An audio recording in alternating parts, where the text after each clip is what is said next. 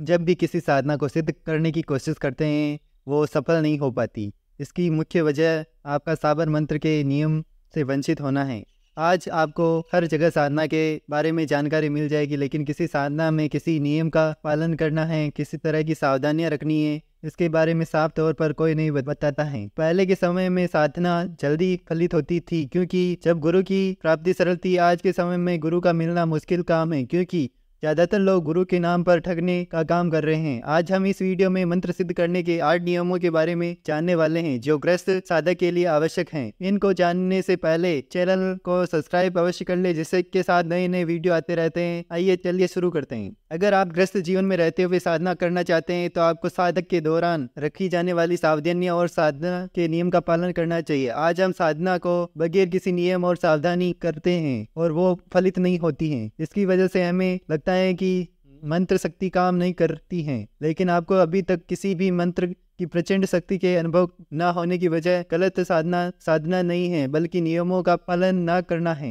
बार बार प्रयास करने के बावजूद अगर आप असफल हो रहे हैं तो एक बार यहाँ शेयर किए गए साधना काल से जुड़े नियमों का पालन कर साधना की सही शुरू करें। बिना गुरु के साधना हालांकि संभव नहीं है, लेकिन अगर आप ब्रह्मचर्य का पालन करते हैं तो आपको साधना में समस्या का सामना नहीं करना पड़ेगा। गृहस्थ साधना के नियम। आज ज्यादातर साधक गृहस्थ जीवन में रहते हुए साधना का फल साधना करना चाहते हैं। पहले का समय अलग था, तब जब साधना के लिए कुछ समय अवकाश लेकर एकांतवास में साधना को संपन्न किया जाता था, लेकिन आज ना तो पहले जैसी परिस्थिति रही है, ना ही उन नियमों का पालन। दूसरे शब्दों में कहे तो गृहस्थी में रहते हुए साधना करने का मतलब है कि आप मिठाई के सामने बैठे हैं और उसे खाना नहीं है। गृहस्थ में रहते हुए साधना काल के नियमों का पालन करना और गृहस्थ जीवन का पालन करना एक साथ संभव नहीं है। अगर कुछ नियमों को हटा भी दे तो गृहस्थ जीवन में कई ऐसी कार्य है जो साधना में आगे बढ़ने से साधक को रोक सकते हैं। साबर मंत्र को सिद्ध करने की विधि को शेयर हुए हमने साधक के नियमों के बारे में बात की थी। किसी भी साधक का मूल है साधक का ब्रह्मचर्य का पालन करना। कभी विचार किया है कि क्यों आपको साधना काल के दौरान एकांतवास, कम से कम बातचीत और ब्रह्मचर्य का पालन करने के लिए कहा जाता है? इसकी वजह है एकांतवास आपके विचारों में चंचलता को स्थिर करता है। कम से कम बातचीत आपके ऊर्जा को संरक्षण होने से रोकती है और उनका प्रयोग आप मंत्र साधना सिद्ध में लगा सकते हैं। ब्रह्मचर्य का पालन के बेहद आवश्यक इसलिए माना जाता है क्योंकि पुरुष में उसका वीर्य रचना का मूल माना जाता है। अगर वीर्य का सही उत्थान नहीं होता तो साधक काम में फंस कर रह जाता है। ब्रह्मचर्य का पालन करने से आपको बहुत अंदर तेज बढ़ता है। साधना जल्दी फलित होती है क्योंकि ऊर्जा आपके अंदर बनना शुरू हो जाती है और उससे खास बात वीर्य का ऊपर की तरफ उत्थान होने से आपको सूक्ष्म जगत के रहस्य की समझने में आसानी रहती है। साधना के दौरान रखी जाने वाली सावधानियां और नियम। गृहस्थ जीवन में रहते हुए साधना करने की जरूरत तब महसूस होती है जब साधक किसी अलौकिक शक्ति से दिव्य साधना की पूर्ति चाहता है। आज सबसे ज्यादा की जाने वाली साधना में साबर मंत्र साधना है क्योंकि ये जल्दी फलीभूत होती है। लेकिन साधना के नियम का क्या? यक्षिणी और यप्स साधना करने की सबसे बड़ी वजह सौंदर्य और साधना की पूर्ति करना है। कौन नहीं चाहता कि कम से कम समय में अपनी गरीबी को दूर कर अमीर बन जाए? अगर आप एक साधक हैं तो आपको साधना काल से जुड़े नियम, मंत्र सिद्धि के 12 नियम या फिर साबर मंत्र साधना के नियमों के बारे में पता होना चाहिए। अगर आपका कोई गुरु है तो आपको इसके बारे में वे बता देते हैं, लेकिन बिना गुरु के साधना की शुरुआत कर रहे हो तो साधना के दौरान रखी जाने वाली सावधानियां और नियम, साधना काल से जुड़े नियमों के बारे में आपको मालूम होना चाहिए। साधना के नियम का पालन करते हुए किसी भी साधक को गृहस्थ व्यक्ति कर सकता है। इसके लिए आवश्यक शर्त सिर्फ नियमों का पालन की है। किसी साधना को करने के लिए धर्म या जाति विशेष का कोई महत्व नहीं है। जिसका भी साधना में आस्था है वो इस साधना को कर सकता है। आज हम बात करने वाले हैं मंत्र सिद्धि के 12 नियमों या फिर किसी भी तरह की गृहस्थ साधना से जुड़े नियमों के बारे में। पुरुष और स्त्री के लिए साधना के नियम। ज्यादातर साधकों में स्त्री और पुरुष का कोई भेद नहीं है। विवाह या अविवाहित कोई भी इस साधना को कर सकता है। महिला को रजस्वला के समय किसी भी साधना को करना वर्जित है। जिस दिन रजस्वला हो उसके अगले 5 दिन तक कोई साधना नहीं करनी चाहिए। अगर आपने अनुष्ठान या साधना शुरू की हुई है और बीच में रजस्वला पीरियड शुरू हो गए तो 5 दिन के लिए साधना को रोक दे। छठे दिन स्नान कर धो ले और फिर पवित्र हो साधना दोबारा शुरू करे। साधना के नियम के अनुसार ऐसा होने पर साधना में व्यवधान नहीं माना जाता है और आप दोबारा वही से साधना शुरू कर सकते हैं जहाँ से आपने साधना छोड़ी है। अगर आप माला पर साधना जप कर रहे हैं तो जहाँ से आपने जाप छोड़ा है वही से शुरू करें और इसी तरह साधना को पूरी करना। उम्मीद है कि अब आपको क्या महिलाओं को पीरियड मासिकता के दौरान साधना करनी चाहिए इसके बारे में ज्ञान हो चुका है। ये साधना के नियम किसी भी अनुष्ठान, पूजा या साधना में लागू होते हैं। साधना में खान पान कैसे होना चाहिए? साधना काल में साधना काल में जप संख्या और दिन की अवधि तय की जाती है। इस दौरान साधक को साधना के अनुकूल भोजन करना चाहिए। सात्विक साधना में सात्विक भोजन हो तो भी एक समय ग्रहण करे। साधना काल के दौरान मांस, मदिरा और लहसुन प्याज का सेवन मना किया जाता है। मंत्र जप शुरू होने से पहले या बाद में चाय या दूध का सेवन किया जा सकता है, लेकिन मंत्र जप के बीच में ये सब वर्जित है। घर का बना खाना ही ले, बाहर का खाना खाने से बचे। साधना काल में गृहस्थ के साधक के नियम। साधना काल में भूमि शयन को प्राथमिकता दी जाती है। भूमि पर किसी प्रकार का बिछोना बिछोकर सोया जा सकता है। कुछ परिस्थितियों में आप पलंग का इस्तेमाल कर सकते हैं, लेकिन जहाँ तक हो शयन के लिए भूमि का चुनाव करें। साधना काल में ब्रह्मचर्य का पालन करना आवश्यक है। स्त्री सत्संग से बचे और काम वासना को भड़काने वाली किसी भी सोर्स को दूर रखे।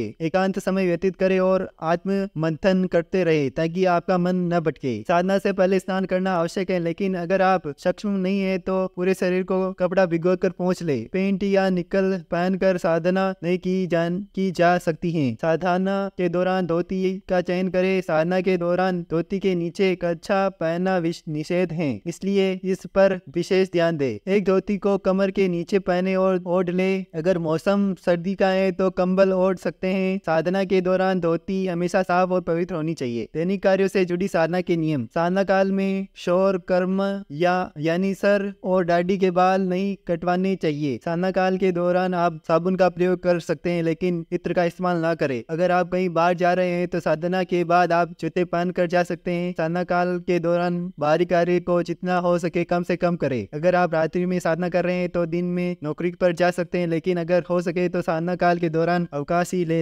साधना काल के दौरान आप सिनेमा नहीं देख सकते या ना ही किसी पार्टी या रंगमंच में जा सकते हैं। साधना काल में मान्य नियमों और साधक का व्यवहार। साधना काल के दौरान जितना हो सके कम से कम बोले। आवश्यक होने पर जितनी जरूरत है उतनी बातचीत करे और झूठ बोलने से बचे। फालतू की गप और बहस से अपना साधना काल में अर्जित की गई ऊर्जा को खर्च न कर दे तो ये साधना के लिए नुकसानदायक होता है। साधना के नियम के अनुसार साधक पर घर में किसी एकांत कमरे या मंदिर में पूरी की जा सकती है। अगर आपके आसपास नदी का तट है तो सबसे उत्तम है, लेकिन साधना के नियम को फॉलो करने के लिए इस बात का ध्यान रखें कि जगह कोलाहल और किसी भी तरह के व्यवधान से दूर हो। साधना शुरू करने से पहले ही एक जगह पर साधक साधना से जुड़ी सामग्री, माला, चित्र और यंत्र आदि को एकत्रित कर ले। पूजा सामग्री की व्यवस्था पहले से ही कर ले। साधना शुरू करने से पहले अपने गुरु का या जिससे आप साधना ले रहे हैं उससे अपने मन में आ रहे किसी भी सवाल का, शंका का समाधान कर ले। साधना काल के दौरान आपको अलग अलग अनुभव हो सकते हैं। आपको ऐसा लग सकता है मानो कोई आपको आवाज दे रहा है या फिर आपके आसपास कोई टहल रहा है जो आपका ध्यान अपनी ओर आकर्षित करने की कोशिश कर रहा है। इस पर ध्यान न दे और अपनी साधना को पूर्ण करने पर फोकस रखे। साधना के नियम में से एक है साधना काल में अपने पास जल से भरा एक छोटा सा कलश साथ रखना चाहिए। आभासी, खंभाई या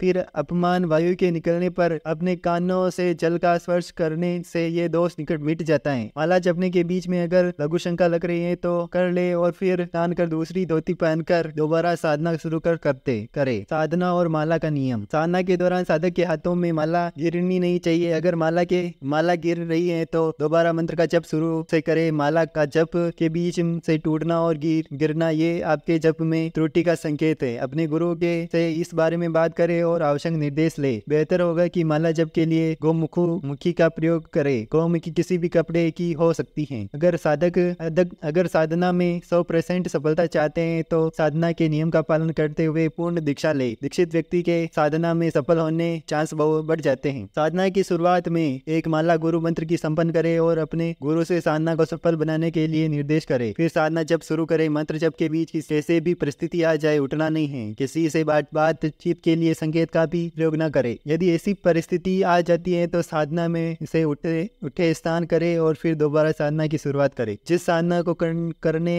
जा रहे हैं उस साधना को लेकर मन में किसी तरह की शंका न रखे। अधूरे मन को से साधना को ना करे, क्योंकि ये फलित नहीं होती और साधना के दौरान आपकी पूरी श्रद्धा साधना में होनी चाहिए। साधना काल के दौरान साधक का शांत बने रहना आवश्यक है। किसी भी तरह के असभ्य भाषण का प्रयोग न करे। अपशब्द और नित्य के विरुद्ध कोई काम न करे। पूरी निष्ठा और गुरु आशीर्वाद लेकर साधना में पूर्ण होने का निश्चय कर शुरू करे। ये सब किसी भी साधक के नियम और आधारभूत तथ्य के हैं, जिसके बगैर सफलता की उम्मीद नहीं की जा सकती। बिना गुरु के साधना कैसे करें? ज्यादातर साधकों के मन में सवाल आता है, मेरा कोई गुरु नहीं है पर मैं साधना करना चाहता हूँ, कैसे करूँ? आपका कोई सटीक जवाब देना चाहूंगा। जब शिष्य पूर्ण रूप से तैयार हो जाता है तब उसे गुरु की प्राप्ति हो जाती है। आपको अगर अभी तक गुरु नहीं मिल रहा है तो इसका मतलब है कि आप मानसिक रूप से साधक के लिए तैयार नहीं है। कम मिलना जुलना सवाल से ये भी है कि क्या बिना गुरु साधना संभव है? अगर नहीं तो आज के समय में गुरु कैसे पहचाने? इसकी सबसे बड़ी वजह यह है कि क्योंकि हर कोई छल करने के लिए बैठा है। ऐसे में साधना को इच्छा रखने वाले लोगों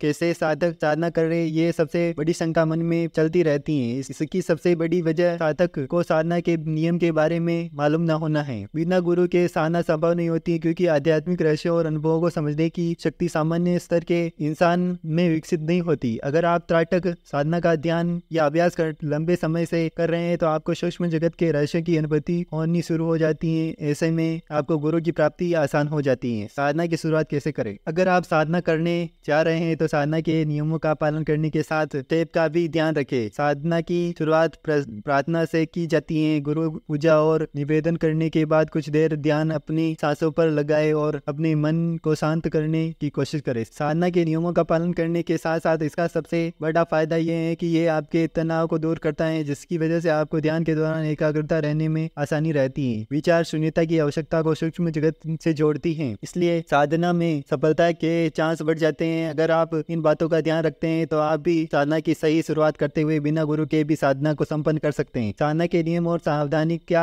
आपको इसके बारे में पहले पता था? आपने कितनी बार साधना की कोशिश की है, ये मायने नहीं रखती। अगर आप साधना से जुड़े नियम और साधना का पालन नहीं करते हैं तो आपकी साधना कभी फलित नहीं होती। बिना गुरु के साधना संपन्न करने में काफी सारी समस्या का सामना करना पड़ सकता है। गुरु शक्ति पाठ के द्वारा आप हमारे अंतर्मन को कुछ समय के लिए जागृत करते हैं ताकि आने वाले अनुभव हमें विचलित न करे। यही वजह है कि गुरु दीक्षा को सबसे ज्यादा महत्व दिया जाता है। अगर आप बिना गुरु के साधना शुरू कर रहे हैं तो आपके मन में साधना के फल होने की लेकर शंका बनी रहती है। साबर मंत्र की सिद्धि में सहायक साधना के नियम का पालन करने से साबर मंत्रों को आसानी से सिद्ध किया जा सकता है। गृहस्थ जीवन में रहते हुए साधना करना मुश्किल जरूर है, लेकिन एक समय के बाद ये आसान हो जाती है। साधना के दौरान उपवास रखने से या एक समय भोजन ग्रहण करने से हमारे अंदर ऊर्जा का प्रवाह ज्यादा से ज्यादा होना शुरू हो जाता है। अगर आप भी साधना में जल्दी सफलता पाना चाहते हैं तो ऊपर दिए गए साधना के नियमों का पालन करें, आपको सफलता अवश्य मिलेगी।